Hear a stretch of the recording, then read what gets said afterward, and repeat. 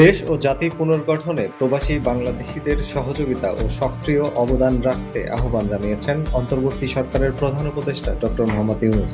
শনিবার নিউ ইয়র্কে NRB connect day উপলক্ষে আয়োজিত এক অনুষ্ঠানে তিনি এই আহ্বান জানান।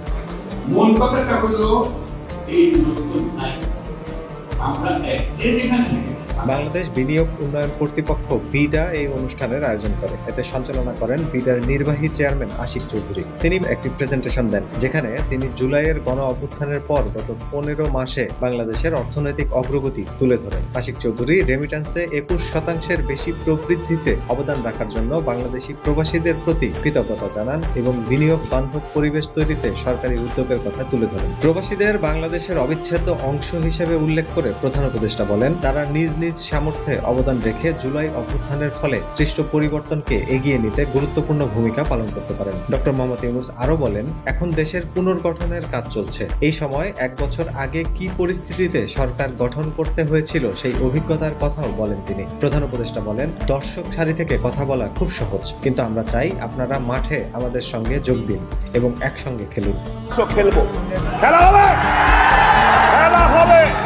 বাংলাদেশের প্রধান রাজনৈতিক দলের নেতারা জাতিসংঘ সফরে যোগ দিতে রাজি হয়েছেন বলে তার আত্মবিশ্বাস আরো বেড়ে গেছে বলেও জানান প্রধান উপদেষ্টা।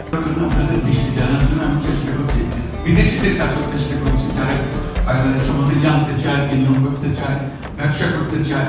রেমিট্যান্স প্রবাহে 21%-এরও বেশি প্রবৃদ্ধি অর্জনে প্রবাসী বাংলাদেশিদের প্রশংসা করেছেন প্রধান উপদেষ্টা। পাশাপাশি বিনিয়োগ বান্ধব পরিবেশ তৈরিতে সরকারের পদক্ষেপও তুলে ধরেন তিনি। জাতিসংঘ অধিবেশনের মতোই এনআরটির অনুষ্ঠানেও বিএনপি, জামাত ও এনসিপি নেতারা প্রধান উপদেষ্টার পাশে ছিলেন। এছাড়াও প্রধান উপদেষ্টার বিশেষ দূত লুৎফি সিদ্দিকী, জাতীয় নিরাপত্তা উপদেষ্টা খলিলুর রহমান, আইন উপদেষ্টা আসিফ নজরুল সে সময় উপস্থিত ছিলেন। এই অনুষ্ঠানে প্রধান উপদেষ্টা প্রবাসীদের প্রয়োজনীয় সেবা, দিক নির্দেশনা এবং বিনিয়োগের সুযোগ প্রদানের জন্য শুভেচ্ছা নামের একটি মোবাইল অ্যাপ্লিকেশনও উদ্বোধন করেন। হাসান ওয়ারেন, উইকলি ইনকিলাব।